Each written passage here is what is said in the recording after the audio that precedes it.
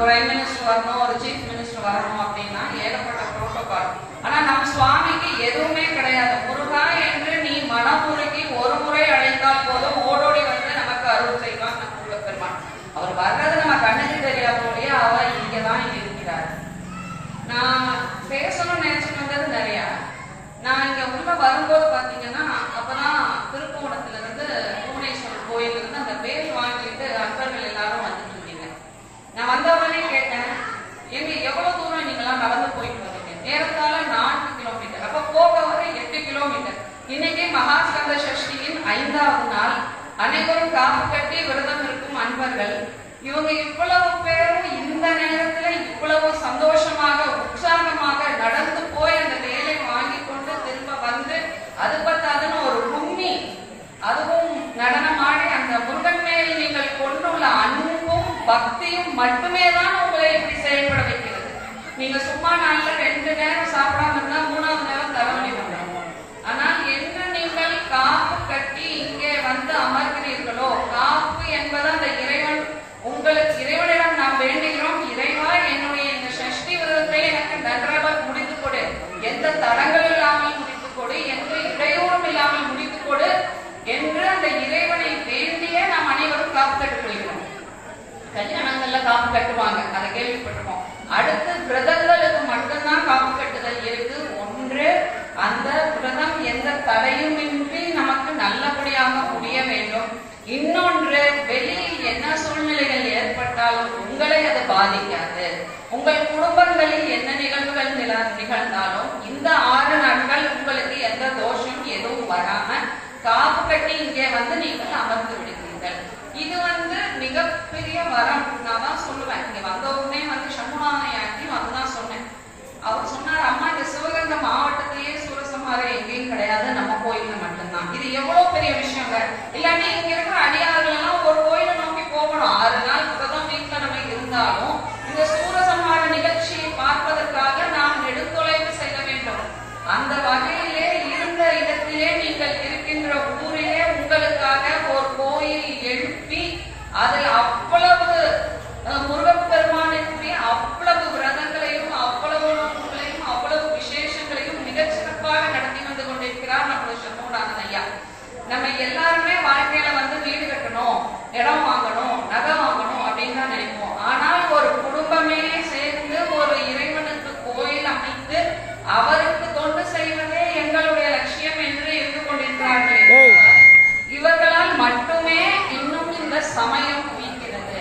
அதுக்கெல்லாம் இவங்க வந்து நடமாடும் உதாரணங்கள் இருக்கு. நம்ம கேள்விப்பட்டிருக்கோம், அந்த காலத்துல அடியார்கள் நாயன்மார்கள் இறைவனுக்காக அவ்வளவு செஞ்சாங்க, இவ்வளவு செஞ்சாங்க. ஆனா இன்னைக்கு இந்த கலியுகத்துல நம்ம கண்ணு முன்னாடி நம்ம பார்க்கிறோம், இறைவனுக்காகவே தன்னுடைய குடும்பத்தையே அர்ப்பணித்து வாழும் அந்த குடும்பத்தாரை நாம் இந்த இடத்தில் மிகவும் நன்றியுடன் நினைவு கூற வேண்டும். அடுத்தபடியாக கலியுகத்தில் கந்தனின் அருளும் அருளாசியம். சுவாமி வந்து இந்த கலிகாலத்துல யாருக்கெல்லாம் அருள் பண்ணியிருக்காரு அப்படின்னு பார்த்தோம்னா, கலிகாலம் இப்ப நம்ம இருக்கிற கலிகாலத்துல இருந்து 3000 வருஷம் ஆகுது. கலி வந்து இன்னொரு பல லட்சம் வருஷங்களுக்கு இருக்க போகுது. அப்ப இந்த கலிகாலத்திலே சுவாமி முதலில் நமக்கு தெரிந்தவரை நக்கீர தேவனார் அப்படிங்கிறவருக்கு நேர்ல காட்சி கொடுத்து அருள் பண்ணியிருக்காரு. அடுத்தது பாத்தீங்க அப்படின்னா அருணகிரிநாதருக்கு முருகப்பெருமான் நேரில் காட்சி கொடுத்து ஷடக்ஷர மந்திர உபதேசம் செய்திருக்காரு. அந்த வழியிலே அடுத்தபடியாக வருபவர் குமரகுருபரர், அவருக்கும் முருகப்பெருமான் நேரில் காட்சி கொடுத்து அருள் பண்ணியிருக்காரு. பிறகு பாம்பன் சுவாமிகள், பாலதேவராய சுவாமிகள் தான் கந்த சஷ்டி கவசத்தை நமக்கு வழங்கியவர். அந்த அற்புதமான ஒரு பதிகத்தை நமக்கு எல்லாம் வழங்கியவர் அவர். முதல்ல நம்ம வந்து நக்கீரரை பத்தி பார்க்கலாம். நக்கீரர் தேவனார் திருமுருகாற்றுப்படையில் இயற்றியவர். அவர் இங்க இருக்கிற அந்த திருப்பரங்குன்றத்துலதான் இருந்தார். ஒரு முறை நக்கீரர் திருப்பரங்குன்றத்தில் அமர்ந்து சிவபூஜை பண்ணிட்டு இருக்காரு. சிவபூஜை பண்ணிட்டு இருக்கும் போது அவர் பக்கத்துல ஒரு சின்ன சுனை ஒண்ணு இருக்குது. மரத்துல இருந்து ஒரு இலை அந்த சுனைக்குள்ள விழுது. இப்ப இவர் என்ன பண்றாரு, அந்த சிவபூஜையை விட்டுட்டு அதை பாக்குறாரு, அந்த இலை என்ன ஆகுது அப்படின்னு. அந்த இலை தண்ணிக்குள்ள பாதி விழுகுது, தரையில பாதி இருக்கு. வேலைக்கு பார்த்துட்டு இருக்காரு.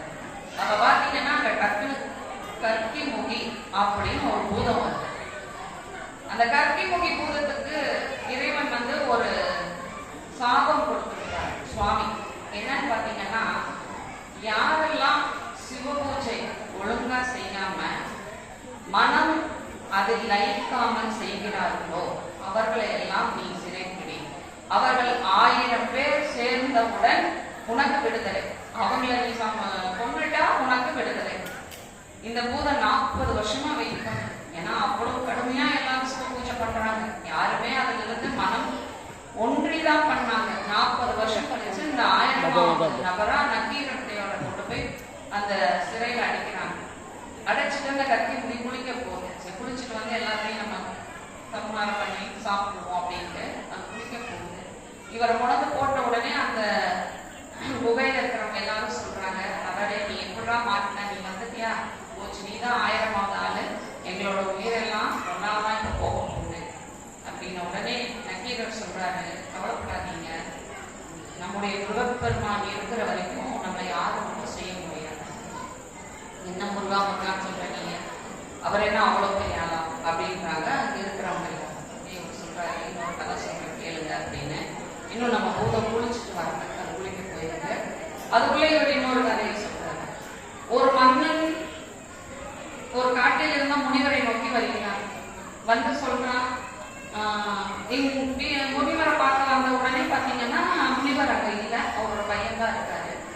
உடனே அவர் கேட்கிறாரு அந்த பையன் கிட்ட, அப்பா எங்க அப்பாவை பார்க்க நான் வந்தேன்னு. உடனே மன்னனுடைய பதட்டத்தை புரிஞ்சுக்கிட்டு அந்த முனிவரோட பையன் சொல்றான், அப்பா பையன் போயிருக்காரு, என்ன விஷயம்? இல்லை, நான் இன்று நகர்வலம் செல்லும் பொழுது என்னுடைய தேர் காலையிலே ஒரு சிறுவனை தெரியாமல் ஓட்டிவிட்டேன். என்னுடைய தேர் பற்றி ஒரு உயிர் மாண்டு விட்டது. அதற்கு என்ன பரிகாரம்னு தெரியல. அதுக்குதான் உங்க அப்பாவை பார்க்க நான் வந்தேன் அப்படின்னு சொல்றான் அந்த நகர். உடனே அந்த இவரோட முனிவரோட பையன் சொல்றான், சரி பரவாயில்ல, தெரியாம தானே பண்ணிட்டீங்க, முருகா முருகான்னு 2 தடவை சொல்லுங்க, நீங்க பண்ணின பாவத்திலிருந்து உங்களுக்கு விமோசனம் கிடைக்கும். அது மட்டும் சொன்னா போதுமா? சொன்னா போதும். மனமுருகி மனம் ஒன்றி பக்தியுடன் முருகா முருகா என்று 2 முறை சொல்லுங்கள், நீங்கள் செய்தது வினை தீர்ந்துவிடும். அப்புறம் ராஜா கிளம்பி போயிடுறாரு. இப்ப அந்த முனிவர் வீட்டுக்கு பாக்குறாரு. வந்துட்டு என்ன நடந்ததுன்னு கேட்கும் போது இந்த பையன் சொல்றான், இல்லப்பா இந்த மாதிரி மன்னன் வந்தாரு, வந்து இப்படி ஒரு தவறு நடந்துச்சுன்னு சொல்றாரு. உடனே நான் அவர்கிட்ட சொன்னேன், முருகா முருகான்னு 2 தடவை சொன்னா சரியா போயிடும். உடனே அந்த முனிவர் சொல்றாரு, என்னடா இப்படி பண்ணிட்ட, முருகா முருகான்னு ஏன் 2 தடவை சொன்ன, ஒரு தடவை சொன்னால் போதுமே, அவனுடைய வினை தீர்ந்து விடும்.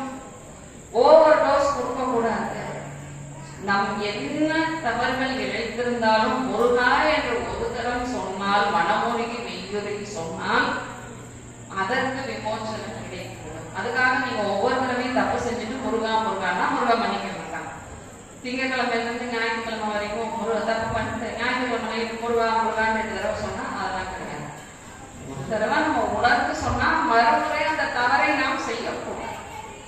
சரி, இந்த கதையை நக்கீரர் சொல்றார். அதனால ஒன்னும் கவலைப்படாதீங்க, அந்த பூதம் வர்றக்குள்ள முருகன் மேல் நாம் காற்றை இயற்றி நம்மை காப்பாற்றிக் கொள்ளலாம் என்று நக்கீரரின் திருமுருகாற்றுப்படை என்ற அந்த நூல் அங்கதான் அரங்கேறுகிறது.